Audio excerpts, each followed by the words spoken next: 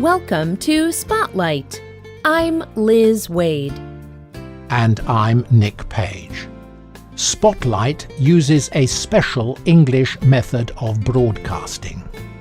It is easier for people to understand no matter where in the world they live.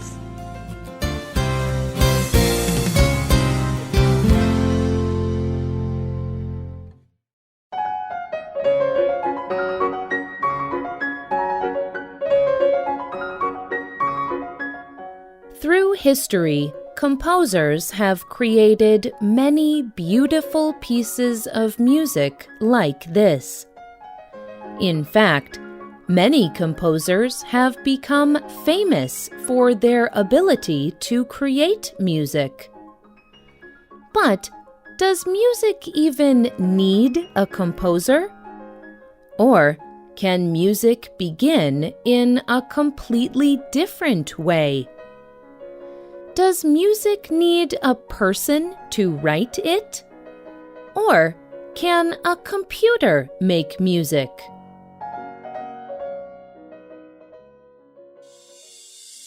These are some of the questions two researchers wanted to answer.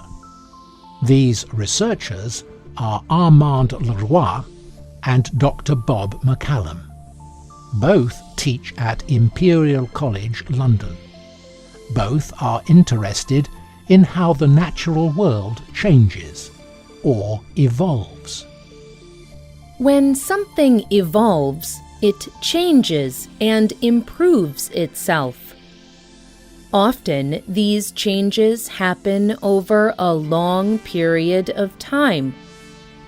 The changes pass from one generation to the next, from parent to a child, to that child's child, and so on. But Leroy and McCallum believe that many parts of human culture also evolve. This includes changes in language, art, and music.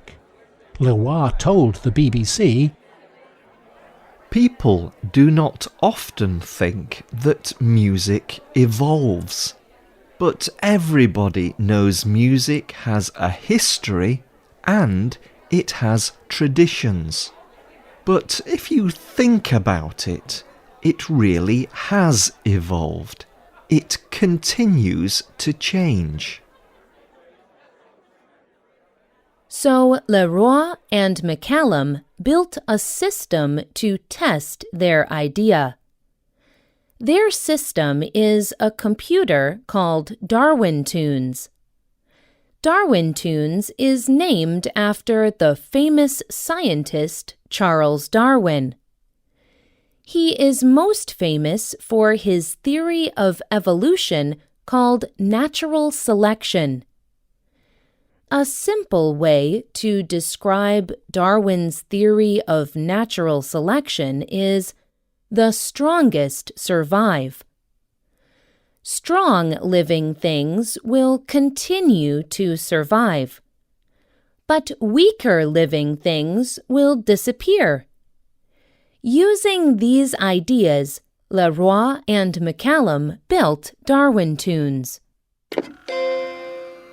In the beginning, the computer created two short loops or pieces of sound. The loops were 8 seconds long. The sounds were completely random. That is, each note or place of the note was by chance. Dr. McCallum described the process to the BBC.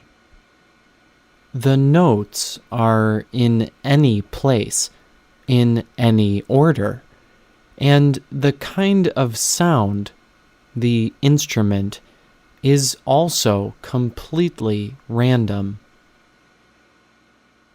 Here is what these first kinds of loops sounded like.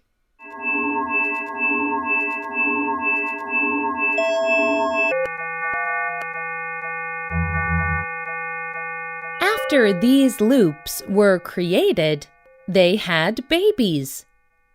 DarwinTunes mated the 2 loops. The program used a complex method to combine and mix the loops. The program took some parts from each loop. Then it used these parts to create 4 completely new loops. Each new loop contained some parts of each original loop. But there is another thing that also happens in nature: mutations. This is a random change in the genes of the child. So, the child may develop a gene that is not present in either parent. DarwinTunes also copied this process from Darwin's theory. Sometimes the program added a small mutation to the next generation of loops. The next step was for the 4 new loops to mate. That process created 16 new loops. DarwinTunes continued mating loops until it had produced 100 different loops. Now it was time to start natural selection. Leroy and McCallum invited people to rate the loops. These volunteers could visit the DarwinTunes website. There, a volunteer listened to 20 loops. Each volunteer rated each loop on how much he liked it or did not like it. About 7,000 volunteers took part in rating the loops of music. DarwinTunes used the loops people liked the most. They mated these loops to make more loops. The new loops replaced their parent loops and the loops people did not like. Dr. McCallum described this process to the BBC. In the beginning, the loops were horrible, but sometimes one was a little less horrible than the others. So the volunteer would give that loop a higher rating. Then that loop and a few others that were also not quite as horrible would go forward. They would produce new loops. And then, as evolution continues, the music does get better. DarwinTunes repeated this process again and again. Every new set of loops was a new generation. After a few hundred generations, the very bad-sounding loops disappeared. The loops began to sound better and better. Here is what the loops sounded like at 150 generations.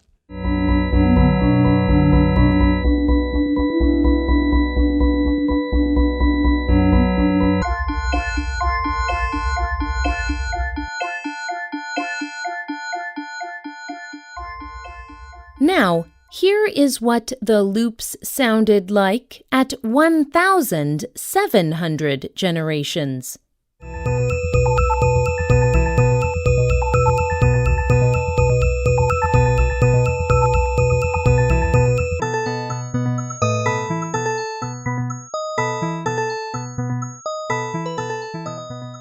But the researchers discovered that the loops really started to sound like real music after about 2,500 generations.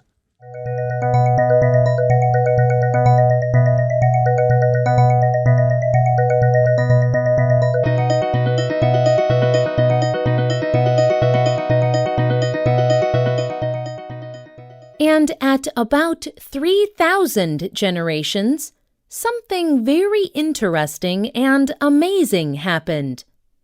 Dr. McCallum told the BBC, After about 3,000 generations, there starts to be a kick drum or a bass drum. And that just came out of nowhere. We did not put any drum sounds into the computer program.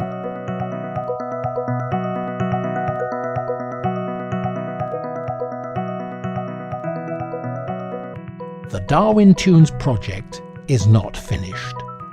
Today it has produced more than 3,600 generations. The experiment has answered one of Leroy and McCallum's questions. DarwinTunes was able to create music without a composer. But the question now is, can a computer make very good music? Leroy offered his opinion to the BBC. I have no doubt if we continued this experiment for longer, we could evolve wonderful music. But we would need bigger, faster computers and millions of people instead of thousands. And we would need to continue the experiment for years instead of months. Would it be music as good as the composer Mozart's? No, I do not think so. It would have no composer writing it. It would not be the act of any person with great musical ability. Instead, it would be the people's music in its purest form.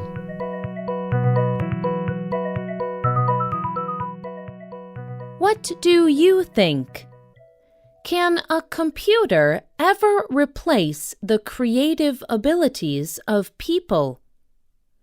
What do you think of the loops from DarwinTunes? The samples of DarwinTunes music in this program came from the DarwinTunes website. You can find a link to the DarwinTunes website on the script page of this program. There, you can also hear more samples of DarwinTunes loops, and even take part in rating new loops. The writer and producer of this program was Liz Waid. The voices you heard were from the United States and the United Kingdom. All quotes were adapted for this program and voiced by Spotlight. You can listen to this program again on the internet at www.radioenglish.net. This program is called The Future of Music. We hope you can join us again for the next Spotlight program. Goodbye.